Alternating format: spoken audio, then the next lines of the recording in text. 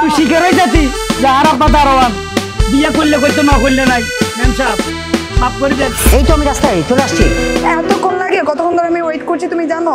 একটু তাড়াতাড়ি আসো না বাবু। এই তো আমি তোমার সামনে। এত সময় কেমন লাগলো? আসলে ঘটনা হয়েছে কি, ওই যে আমি একটা যে গাড়িটা কিনছি বুঝলি, রাস্তার মধ্যে হঠাৎ খাদে ভরি রিং ব্যাক হয়ে গেছে। কি বলছো? তুমি ঠিক আছো তো? আমি ঠিক আছে, আমার কোনো সমস্যা নাই। এখন ওই গাড়ির জ্যামের মধ্যে রাখি, আবার ওইখান থেকে আমি ড্রাইভারকে বলছি তুমি গ্যারেজে লই যাও, আমি তোমার ম্যাডামের সাথে দেখা করি। তুমি আমাকে ফোনে বলে দিতা, আমি আমার গাড়িটা ওখানে পাঠিয়ে দিতাম। স্যার আমি না 3 বছর না 3 মাস ধরে কিছু খাই না, কয়টা টাকা দিবেন? এই বাচ্চা তুমি এসব কি বলছো? 3 মাস না খেলে কি মানুষ বাঁচে? তোমার মতো পিচ্ছি তো 3 দিন না খেলেই মরে যাবা। ওই আল্লাহই বাঁচায় রাখছে। ও তুমি পানি টানি খাই থাকো কেন? Yes right. আহা রে, আসলে এই ধরনের মাসুম বাচ্চা দেখলে আমার খুব মায়া লাগে। আচ্ছা একটা মিনিট দাঁড়াও, তুমি যখন চলে আইছো না বনি লাভ নাই, এখানে 10,000 টাকা আছে, রাখি দাও। আরে তুমি এটা কি করলা? না এইটুকু একটা বাচ্চার হাতে তুমি 10,000 টাকা তুলে দিলা। ও কি 10,000 টাকার মর্ম বুঝে? আসলে এই বাচ্চারা চেহারার দিকে চাই দেখো, ওর ডাইন বামে কেউ নাই, ওই এতিম নাদান বাচ্চা ফুটপাতে থাকে। আজকে তো তোকে কিছু টাকা দিও, বাবা ব্যবসা বাণিজ্য করিও কেন, ব্যবসা বাণিজ্য করলে জীবনে কিছু করতে আইবো। আচ্ছা ঠিক আছে তুমি যাও কেন। আসসালামু আলাইকুম। ওয়ালাইকুম আসসালাম। স্যার যাওয়ার পথে আরেকটা কথা বলি। বলি ফেলো। আপনার মতো লোকের এই ঢাকা শহরে বাড়ি গাড়ি আর এরকম নারী অনেকই আছে। আচ্ছা আচ্ছা থাকতো। আর এই কি বললো? এই ইন্দুর বাচ্চা অনেকগুলো আছে। এই তার মানে তোমাকে আমি তখন প্রায় সময় ওয়েটিং পাই, তুমি বিজি দেখো, তার মানে তুমি অন্যান্য মেয়ে নিয়ে ফুর্তি করো। আমি কিছু খালি মেয়ে মানুষ হয়ে পড়ে থাকে, আমার ব্যবসা বাণিজ্য নাই। আমি সুইজারল্যান্ডে একটা ব্যবসা আমি খাচ্ছি আর ওইখানে আমি। এখন তুমি কি এখানে তর্ক করবে নাকি কোথাও যাবা? না আমার ক্ষুধা লাগছে, আমি খেতে যাবো। চলো তোর গাড়ি উঠো, চাইনিজে যাবো। আমি কি না বলছি তোমাকে? চল। হ্যাঁ বন্ধু 5,000 টাকা ভাড়াই করবি নি? দা দা যাও পরে দিকে কথা বলি। ভাটা ভাটা বিকাশে, ভাটা বিকাশে।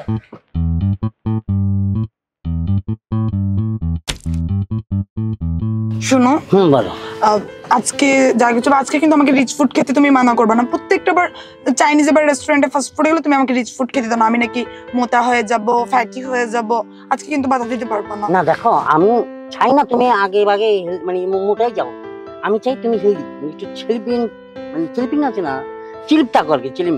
আমি চাই তোমাকে খাচ্ছি না খাই রানী মুখার্জির মতন এরকম একটা ফিগার। ও তার মানে তুমি ক্যাটরিনা কাইফ আর রানী মুখার্জিকে ভালোবাসো, আমাকে তো ভালোবাসো না। না কে বলছে পাগলা করতে খামাচ্ছি? ব্যাপারটা হইছে যে তুমি আমার কাছে ক্যাটরিনা কাইফ, তুমি আমার কাছে রানী মুখার্জি, পৃথিবীর কোনো কিছু তোমার কাছে চান্স নাই। আচ্ছা শোনো না, বলো। আমার অনেকদিন ধরে ইচ্ছা আমি একটু ঝাল ঝাল করে রিচ ফুড খাবো, আজকে খাবো। আর এনিওয়ে তোমাকে যেটা বলার জন্য জরুরি ডাকছি। বলো।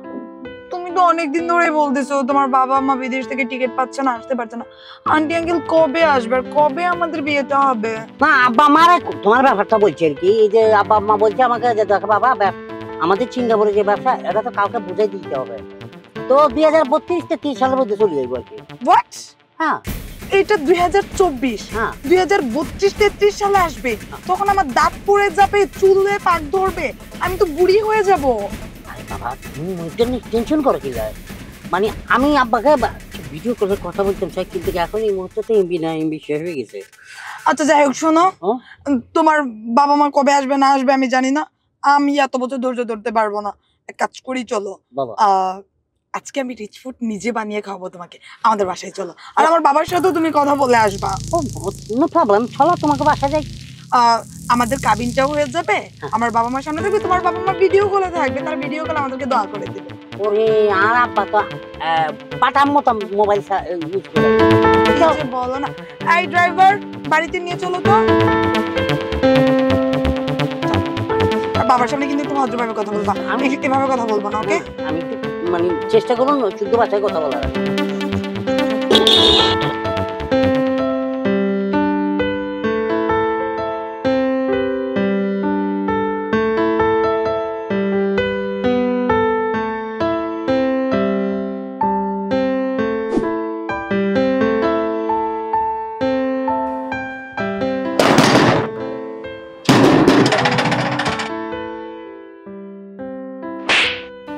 বাচ্চা কোথায় থাকিস? কখন থেকে গাড়ি হর্ন দিচ্ছে, গেট খুলতে লেট হলো কেন? ম্যাম সাহেব আমি নামাজ পড়তেছিলাম। নামাজ পড়তেছিলি? তোর নামাজ আগে না গেট খোলা আগে? কানে দিশা থাকে না যে কখন গাড়ি এসে হর্ন দেবে, গেটটা খুলতে হবে? মাস শেষে বেতনটা নেওয়ার সময় তো ইয়ে করিস না, মাসের আগেই বলিস ম্যাম আমার অ্যাডভান্স লাগবে, আজকে আমার ছেলের এইটা, কালকে সেইটা, আমার বউ অসুস্থ, হসপিটাল যাওয়া লাগবে, বাজার করা লাগবে। টাকাটা নেওয়ার বেলা তো ঠিকই থাকিস, গেট খোলার বেলা থাকিস না কেন?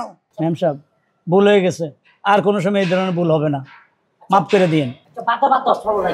চলো।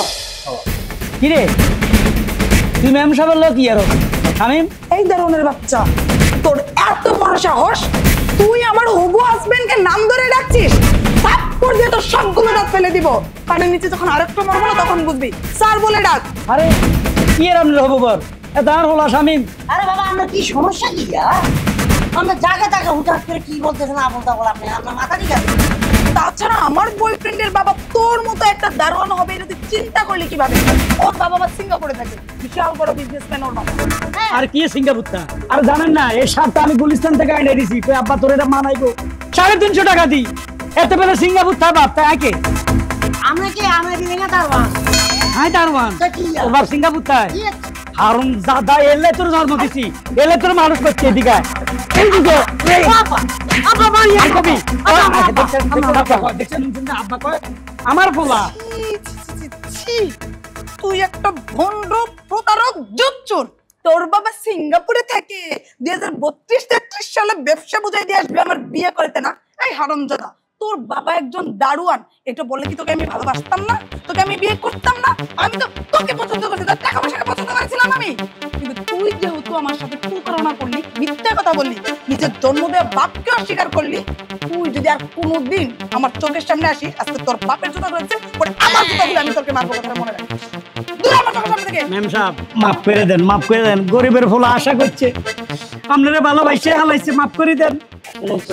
আমি একটু মিসফিলিং করে ফেলছি, আসলে এটা করা আমার উচিত না।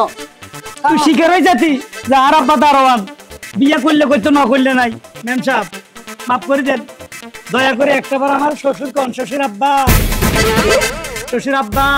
আমি তোকে শ্বশুর আব্বা বলে ডাকবো? তোর ছেলেকে তো আমি ছোট বাড়িতে বলে ডাকবো?